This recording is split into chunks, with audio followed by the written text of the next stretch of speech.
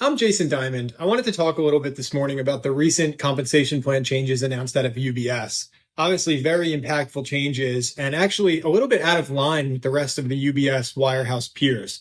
Obviously, these changes are emblematic of changes we probably expect to see more of going forward, not just from the wires, but from many of the big traditional firms. It's no surprise or no secret that with the cash sweep policies and the Fed cutting rates, these firms need to find a way to become more profitable. So we've seen many firms, including Rockefeller, LPL, and others, come up with measures to make their wealth units more profitable.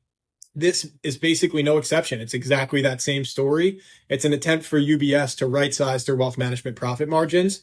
I think it's also a nod to the fact that UBS's wealth franchise is a bit subscale relative to their wirehouse peers, but their expense structure is more or less the same. It takes the same, resources in the home office to support 6,000 advisors than it does to support 15 or 17,000.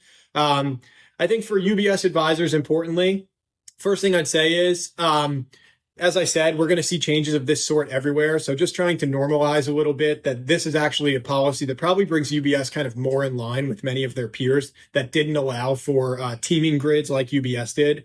But obviously it's concerning, right? It's concerning that there's more cost cutting on the horizon, that there are other actions that UBS will take that clearly aren't in the best interest of advisor and or client. And my other takeaway here is this is really the first comp plan change we've seen in many years where there was just no clear winner. Usually there are some winners. This one, I think you'd have to squint pretty hard. And at a best case scenario, it was kind of neutral.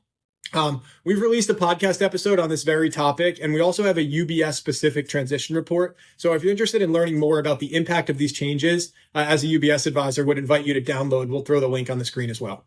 Thanks so much.